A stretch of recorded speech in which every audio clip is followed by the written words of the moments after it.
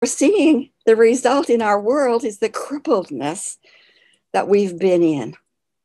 And how in the heck do we think, with our awareness, we're aware, everyone in this room is aware, everyone in this room has done lots of work, everyone in this room has lots of experience and tools, but we're walking around in Sasha suits. So I want to show you a little bit about galactic families. Okay, so I'm going to do some screen sharing here. When I ask, the thing that brought me to this information was in '89 when I started to understand about the chakras, crystals, precious stones, hands-on energy work, and kept my clients would walk away feeling great. We'd done a lot of changes, a lot of, even some affirmations for them, but my clients would get triggered by something else in their life. And in the world, they would say, oh, it's just the onion layers. You just have to go through the onion layers. And I thought, if there is an onion that's a problem, I'm not going to go through the layers. It's like the sliver my friend Cinda talks about. It's got pus all around it. And all we're doing is draining off the pus, draining off the pus, draining off the pus. No, what's the sliver? What's the cause? So I said to my guides, and I'd been working with them for like 15 years. So I really trusted them. And I said, I want to go to be taught to get to the cause, the inside of the onion, and pull that sliver. So where can I go to learn that? That's the model I want to use. And they said to me, it's not being done that way on the planet. So if you want to do that kind of work, we will have to show you what has been hidden from you. I said, I'm up for that. And so they said, get a journal. And they started bringing me clients. And they said, we're going to bring you clients because each one of these clients will bring unique situations that will cause you to think, to have to ask questions, and we'll keep answering, and we'll keep answering, and we'll keep answering. I said, I'm up for that. Pretty naive. So at the time, what I believed was all there was is love and fear. You do some affirmations, you change your mind, life changes. But what I saw is people were cycling in pain. And then I saw that this information that was new to me in '83 had been on the planet for lots of years. It was written in books way before I was even born. And we were still cycling in pain. Therefore, my question to my guides, they said, it's not on the planet. Don't even worry about looking for it because it's not here. We'll have to teach you. And they said, the first thing you need to understand that there is not just heaven and earth. There is not just two worlds, heaven and earth. There are 8. And earth is the 8th. So I'm going to show you a model of that I use all the time. So all of us are consciousnesses. You could call us souls. Who knows what name? We don't have a name up here in home. Up in home, this place up here that's home is not God, by the way. It isn't God. It has no personality. It has no intention. It is. It just is. It's frequencies, it's vibrations, it's harmonics, it's songs, all energy. Colors, dances, movement, numbers, symbols, and us as intelligences as part of it. You are an intelligence. And you come from a home where all that is within that sphere are harmonics of good. I mean, we have to use earth words, but harmonics of good. So you are a harmonic of good. You are fully intelligent, an intelligent being of good. And in that home, all exists. How long it's been there, they say, without end. I don't know. It's incomprehensible. Ideas float through that space. because it's intelligence. Ideas float through that space. And there are ideas that or concepts that draw attention of specific beams of light, you, me, etc. And we coalesce, we begin to coalesce, if we choose, around a concept. And we exist as group, collective, like beehive working together. We are not individualized. But we still have that element of choice that we coalesce around an idea. And at some point, who knows why, I don't think it has anything other than to, don't think it's because we get weighted enough. We then birth or extend from home, like the river from the lake going down, moving in its own path. And it's the agenda that is the reason we extend from home.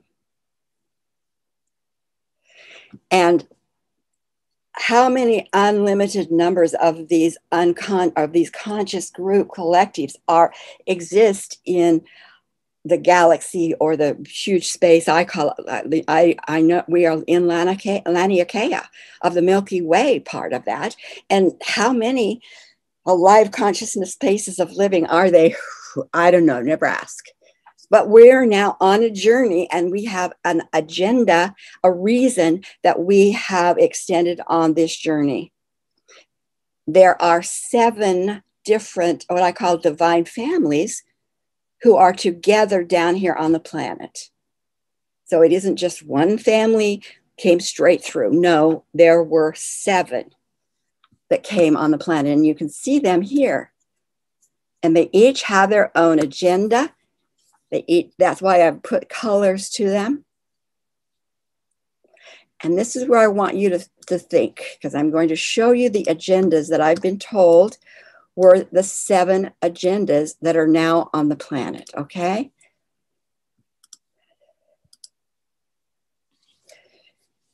The agenda of curiosity. I use colors in my work a lot because it helps make it more understandable. So I use green. So this is the largest group, and this group is curious, and they're going to try the red, and then they're going to try the orange, and then they're going to try the purple, and they just wanted to be free to explore a little bit of anything that was a reflection of home. Remember, this is all good. There's no imbalance at all. So there's curiosity. There's the vibration. I call it white. I didn't put it white here, or you wouldn't see it. It's about joy. What's the harmonics that we call joy? Really let's just kind of block out the rest, and let's just go with joy. Dance, sing, make poetry, make love, whatever, joy. 2 different families have the same agenda, the orange agenda, to experience that inner knowing. On the planet, it would be gifts of the unseen. These might be those we call empaths. They're more sensitive to energy, to what's not seen. Another family group is the group that wants to experience peace, emotional stability and peace. The group of clarity of our wholeness. It's a clear energy that's really kind of a powerful leadership, not in the leadership as we see it, but it's clarity about kind of making things happen. It's a little bit more active than some of the others, but they want to kind of take the lead. And the violet, to experience and broadcast just what is home.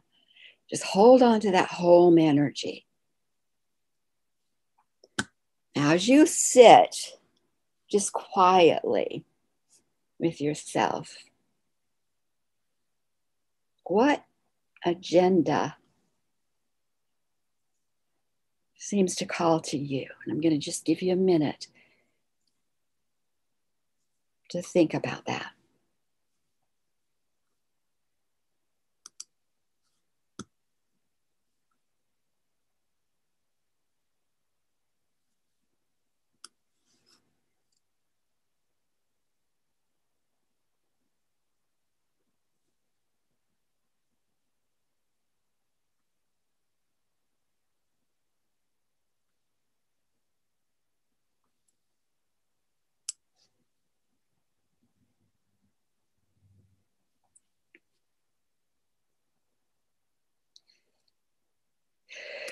So when we talk about or hear the words that say, you are a spiritual being having a physical experience, from a galactic point of view, this is your inheritance.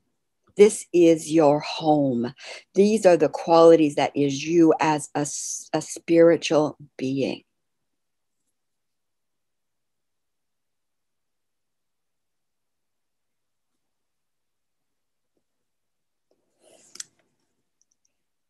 So I'm going to leave this up, but I want you each, and if you want to turn off your camera for a minute, we're just going to do maybe a 5-minute guided imagery meditation. And so just have your journal handy and see where this takes you.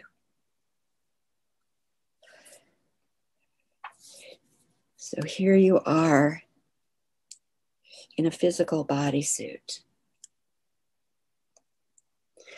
And your bodysuit has carried you through your entire lifetime really well. It's a most important part of who you are here on the planet. And it's holding space for you to do a little bit of a journey right now. Just close your eyes. Feel the stability of your body. Make sure it feels like it's being held, it's balanced. You don't have to pay attention to it. It's there holding your spiritual energy.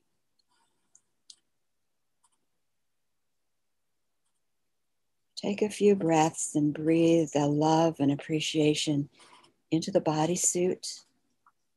It has its own intelligence also. Just be grateful for what it has and is doing for you.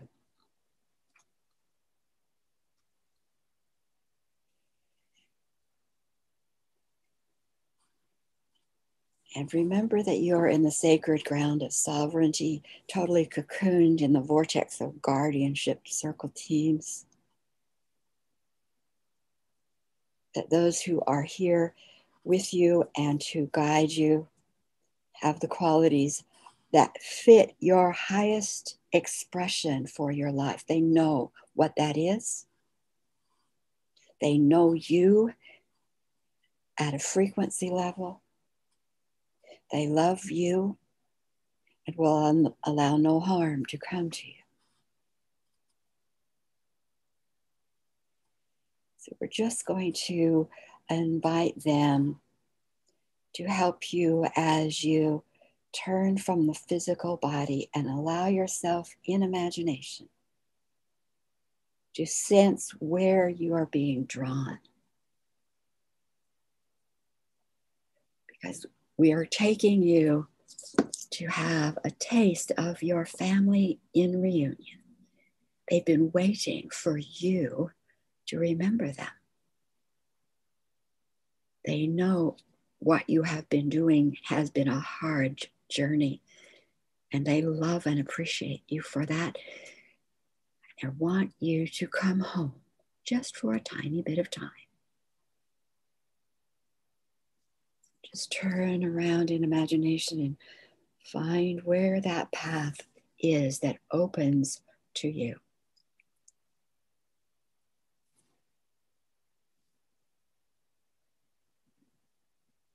It may move you through a forest. It may move you into the clouds. It's a warm path, a secured path. As you're guided and wander along that path, you know that up ahead, there is your family heritage home. It's waiting there for you, calling to you. You don't have to be worried. You don't have to be afraid. It's safe. It's loving.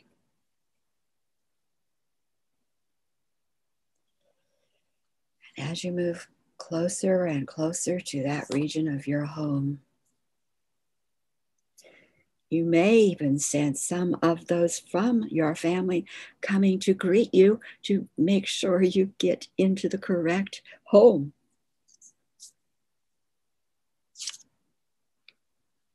So notice the colors, notice the feelings. And there are, and you can see them as in bodies if you choose, although they don't have bodies there.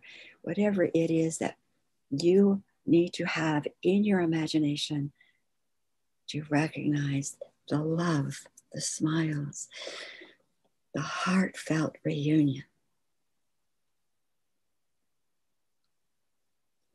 There you are on the land. There is the huge mansion waiting for you. There are your family members, collective waiting.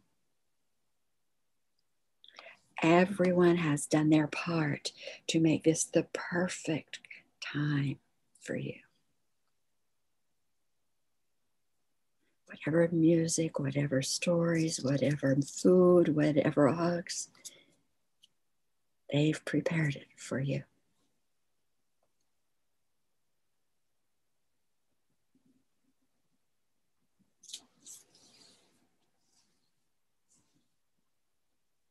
So I want you to be there with them, sensing from your home space, hearing from your home space to help you remember.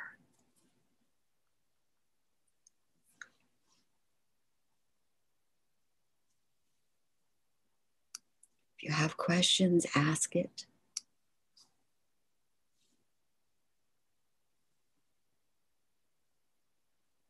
Or you may want to just be in the love of it.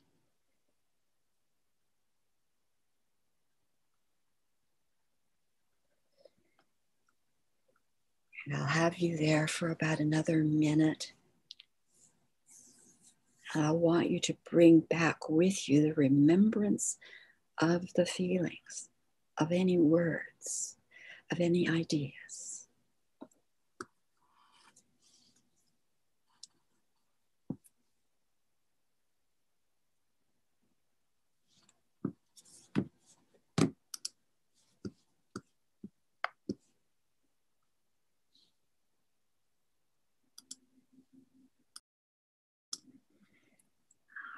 I want you to gather that information within yourself, bring it back, and let that energy bring you right back to your journal and capture in your journal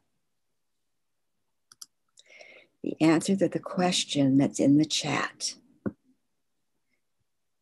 The sentence is for you to complete is the qualities of my divine family are. What was your experience? The qualities or the feelings I had from my divine family are. And when you finish that, then we're going to take about an 8-minute break. So when you're finished, you can, maybe turn off your camera so I know you're ready. And then everyone's camera's off, then I'll know the break begins. Okay.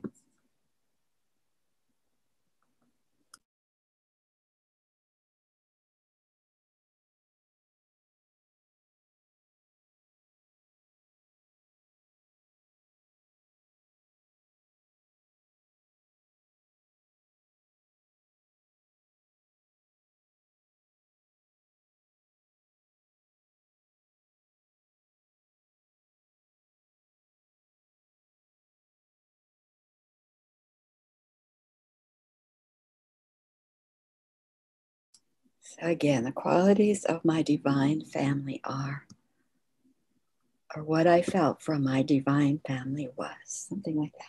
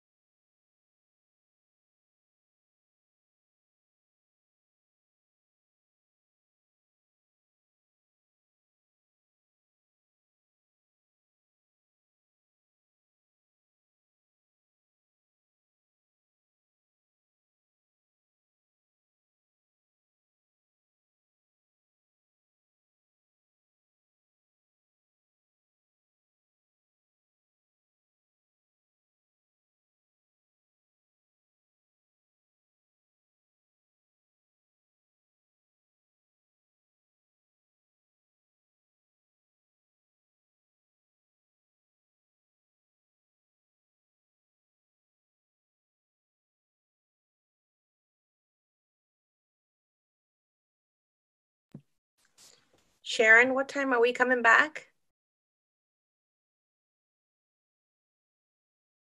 Oh, you're on mute. Looks like pretty much, I was just waiting for everyone to be ready, but let's say at 40 after the hour. That gives us 9 minutes for you, anyone who needs to still write some things, and then it still gives you about an 8-minute break. So 40 minutes after the hour. Okay. Minus 2:40. Yeah. Thanks, everyone. Or thanks.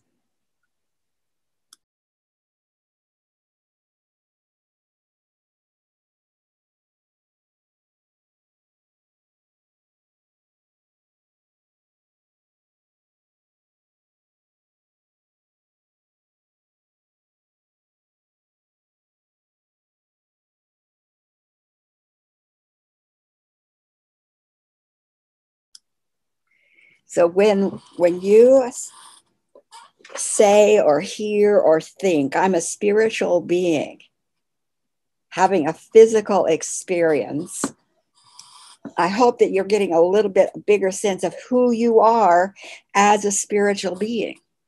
I mean, that is so far beyond what we can really understand, but it is so full of unlimited possibility information that's where we can go if we choose. And that's one of the reasons for a galactic landscape. Why we're having a physical experience is another part of that. We won't go into that in detail, but it is the fact that we're having a physical experience is also very, very important to know. So those qualities, what you're feeling is your inheritance. It is your soul knowingness, deeper than anything that you've been taught or read about or thought about. It is beyond bone deep. And so building a relationship and beginning to get a connection to that family is part of why I'm doing a galactic landscape for the year. These things cannot happen in a 2-hour meeting, but awareness can begin. So that is your inheritance. Now, I want you to think just for a moment about the dream or the possibility or the idea you had and bring it forward and put it right down there, right under the qualities of my spiritual family. What's the dream? What's the possibility? What is it you want to bring forth in the next year? Make a note of it right under, because your light, if you will, that soul you is what will infuse.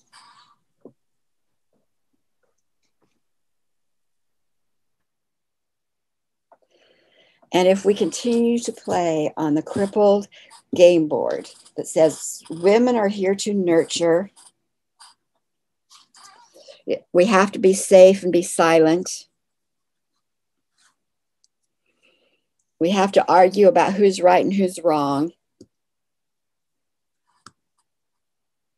Everything about female is evil.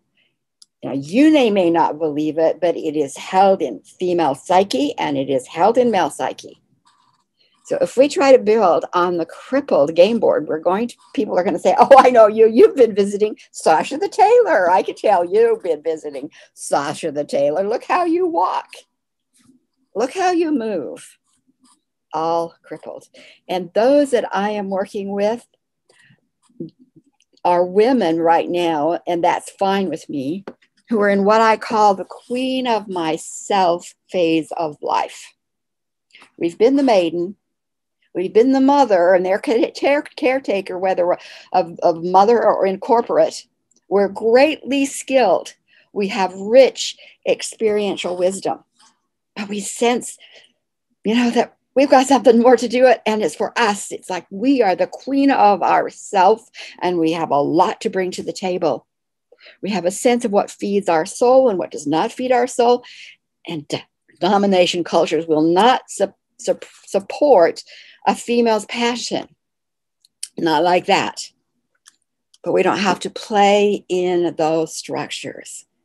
Crippled thinking will cause your dream to be limited. But it doesn't have to be like that. I'm going to take you now to the timeline so you can get a picture, a bit of a picture. If we were to timeline out our life from the galactic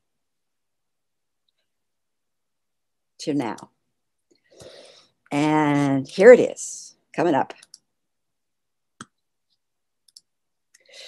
So here we are in the first world, and I've drawn it instead of a spiral like I usually draw it out. I've drawn it as a timeline, and it's ups and downs and ups and downs, and there's a constant downward movement. We are diminishing in life flow. First world, second world, third world, which is kind of hidden, I think, under this. Let's see. Yeah, third world, fourth world, fifth world, sixth world, seventh world, eighth world. If we were to timeline it out, every one of those regions are designated by the speed of frequency within those regions. And there's no separation because our life from home, there we are at home, and our life from home, we didn't disconnect. We just extended for a specific reason, and you know your reason. And we went through when it slowed down a little bit more or changed a little bit, it became a second world. All of this information is very, very, very simple. I guarantee you. Other people might go into this intelligent field and they will bring out information I wouldn't even have thought to ask for. You might go into this intelligent field and bring out abilities, possibilities that I would have never even thought of. So this is very simple, but it helps us understand, I think. First world, second world, there's 8 break regions or dimensions within each one of those. 8 dimensions, slow down, 8 dimensions, slow down, change, 8 dimensions, 8 dimensions, 8 dimensions, 8 dimensions. And here is Earth. Hello, hello. We have traveled through all of these countries, if you will. We've been in Russia and Paris and South America. We went over to Spain, down to Portugal. Then we went over to Iceland, did a little time in Finland. We had experiences all over the place with that. This has nothing to do with past lives, by the way. It is nothing about past lives. And now we're on Earth. And everything that happened to us here happened in a group collective. You were not individualized. Everything that happened up here, you are connected in a group. And if that group is crippled, you are crippled.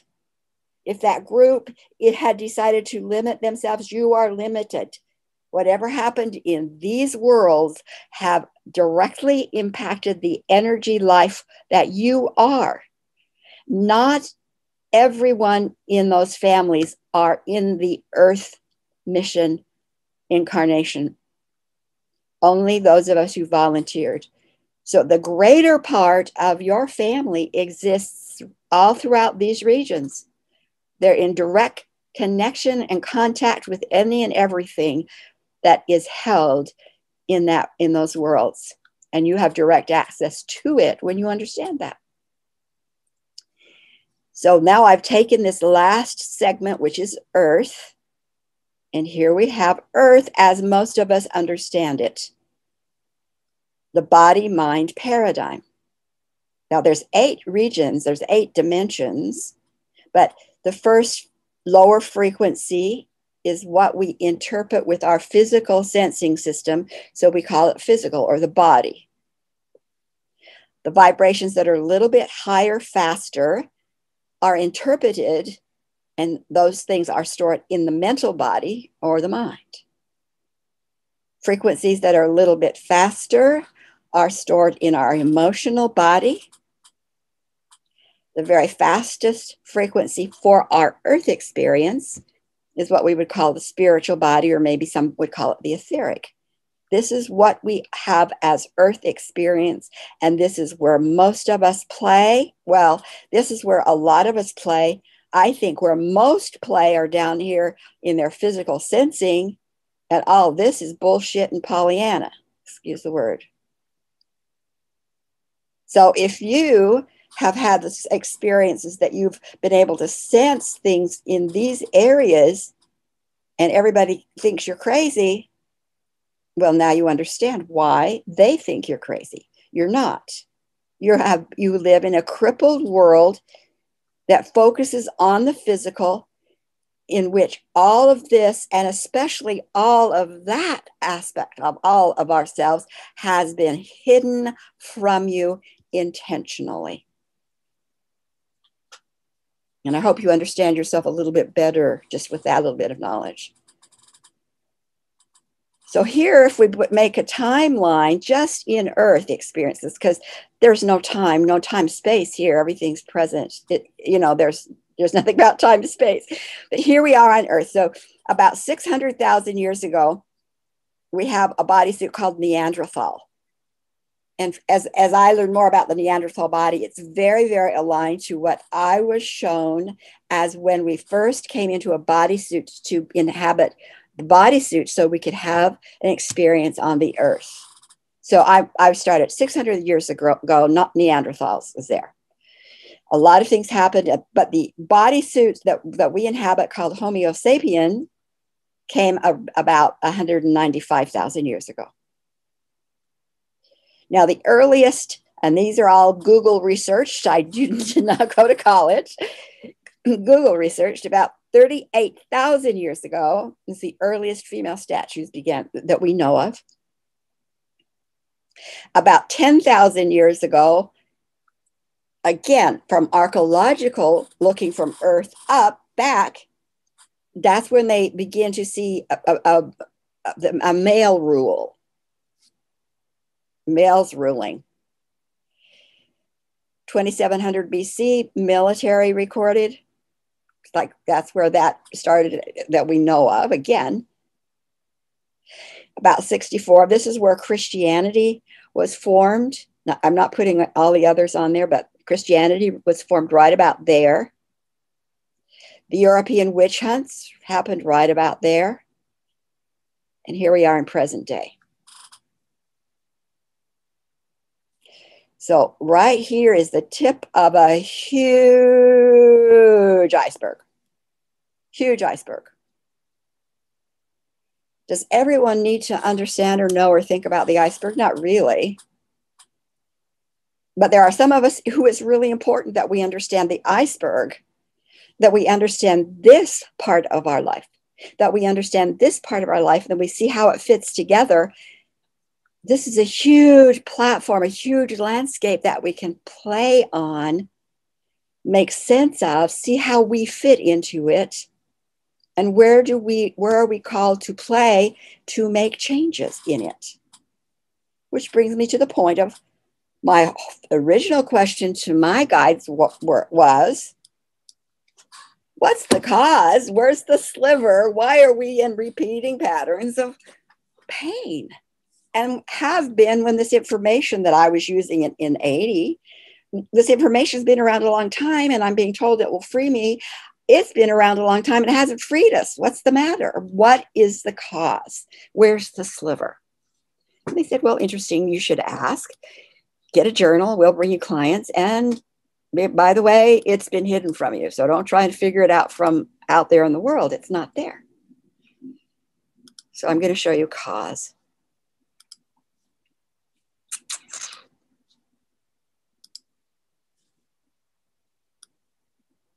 Here we go back to the 8 worlds. These are 64 dimensions, remember. 8 dimensions here, body, mind, spirit, and emotion.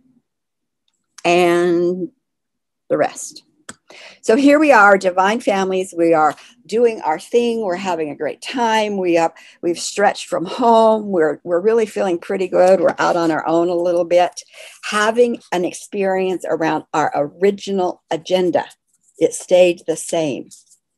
The only one who had a little variety was curiosity.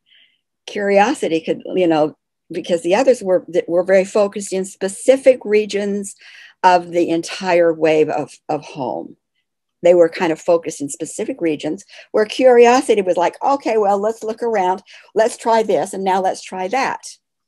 That was what I call family number one, because it's been around the longest. And by the way, it's the most damaged. So if you're a curiosity, galactically, you're most damaged. So I'm going to explain the experience of family number one because it mirrors the rest of the families mirror it pretty closely. So here they are, they're extending. This is pretty good. They're just kind of a subset of home. And then they decide that they want to break into 4 different groups. So you take the red ray, you take the orange ray, you take the purple ray, you take the green ray. And now they're experiencing a directly one specific ray, but vicariously, they can feel a little of the others. So they are directly experiencing, they're vicariously experiencing, because they're really just one family group, 4 of them here. And then they went, well, why don't we break into 12, and that will give us a bigger range more quickly, because we're direct, but then we have 11 vicariouses. So they did. And remember, this is a family of curiosity, they have a broader agenda. Third world out is where cause slipped in.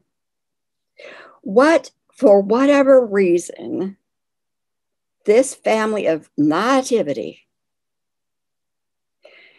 either didn't pay attention or wasn't schooled enough. They didn't understand that there were other family groups, and I'll just use them as a cursor, right? That also had extended from a home source in the galaxy with agendas they chose. And the agendas they chose were to use others' energies, use others' productivity, use others for their gain. So domination in any of its forms was their chosen agenda. Would it bring good to the whole? Nada. It is parasitic by nature. It will destroy, but because it needs a host, and it will eventually destroy the host. But that's part of their agenda. It's part of the nature that they are. They are not out of balance. They are choosing something different. Okay. So they need another host, and they see this family. We'll call this family number one. Like, whoa, they are just juicy going at it, and look at all the light. We want them, but how can we get in? So they had 2 whispers, 2 ideas, and they just started broadcasting an idea into this region and said, hey, you guys, that's pretty good. Look what you're doing. Wow, look at you. That's pretty good. But what would happen if you kind of shut down home energy and tried it on your own? What would that be like? Shut down home energy just a little bit, maybe go down to 10% home energy. And then see what you do. I mean, you're doing really good right now. So this family of curiosity bought it. They didn't consider the source, where it's coming from. It was just an idea going through. It seemed like a good idea. And they came to consensus and said, yeah, let's do that. They came up with a plan in how to do it. We won't go into that. That's part of the curriculum. And what they did, basically, each of those 12 groups became a spontaneous, like, slot machine. You know, those one-armed bandits? Cha-chink, cha-chink, cha-chink. And every once in a while, the cherries lined up, the wiring lined up, because they had numerical formulas put in place. The cherries lined up, and instead of 100% home energy, it went down to 10. Build, build, build, crash. Build, build, build, crash. Spontaneously. Their choice was to do it. Spontaneously, it happened. Each of those 12 families. Now, they had a good backup plan. They had invited anybody who wanted to kind of hold space for them when they were through with the wild ride, called the 13th group. They would just experience it vicariously. They wouldn't be part of the direct experience, and so they would be stable. 13th group was stable, like a energy healer. You go to an energy healer, you darn well hope that that energy healer is stable, because your energy is all over the place and you need a place to be held. 13th group was the place to be held. And that's when the second whisper came in to the 13th group that says, look at those guys. They are really going downhill. They're getting heavy. They're getting sticky. If you get too close to I don't think you guys are enough, because you're newbies on the block. I don't think you're enough to hold stability for them. I mean, look at them. But we know how to do it. We've been around a long time. You're not enough. We know how. Let us come in. And the outsiders, what I call outsiders, because their agenda is contrary to good for all. So the outsiders were invited in by the 13th group because they believed they would help hold space, but they were deceived. At this point, literal beings, literal family collectives whose agenda were to dominate, to use others' energy, to deceive if necessary, to bring division, device, violence, whatever is necessary to weaken and keep the rest of these family members under their control, were invited in. And there's the cause.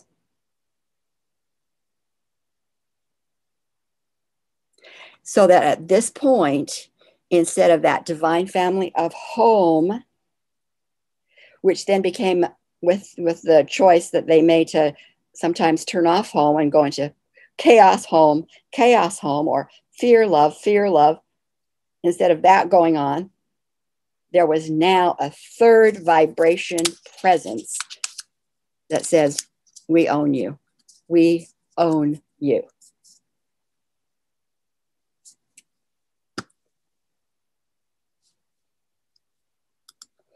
And if we continue to play on the game board we've been given, we are